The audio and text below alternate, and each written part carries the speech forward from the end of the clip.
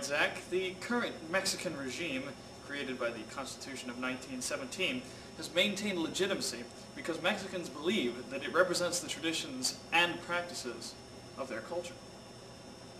Yes, following the violent and tumultuous 19th century, Mexicans became convinced that codifying their system of government and its limitations and powers was necessary. Once the PRI established its unassailable dominance, the system still sustained itself through regular elections.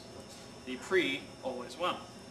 Before 1985, it never won less than 72% of the presidential vote, never lost a state governorship, and lost only one Senate seat.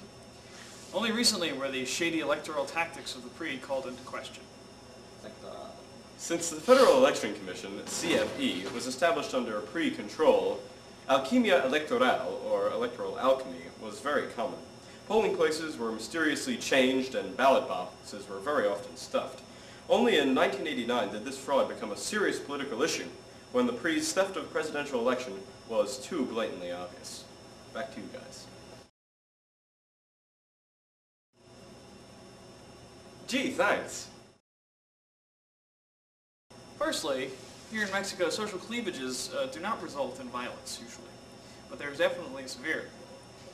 Yes, conditions for the poor are a lot different down here in Mexico than they are up in the United States.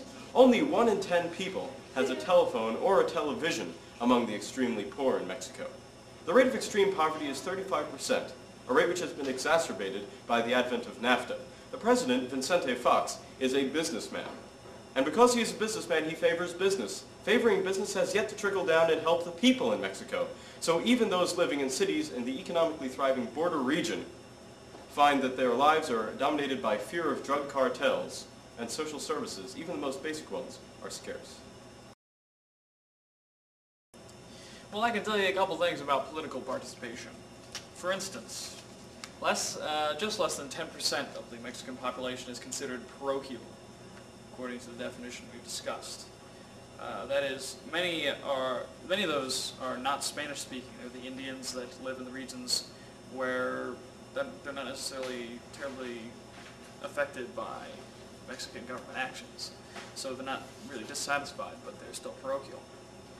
Most Mexicans used to be subjects, but these days, with the downfall of the PRI, it could be considered that they are becoming more and more participants rather than subjects, as their votes are now having an impact, as opposed to before, when the electoral fraud of the PRI that we discussed really took away any participatory effect that they might have had.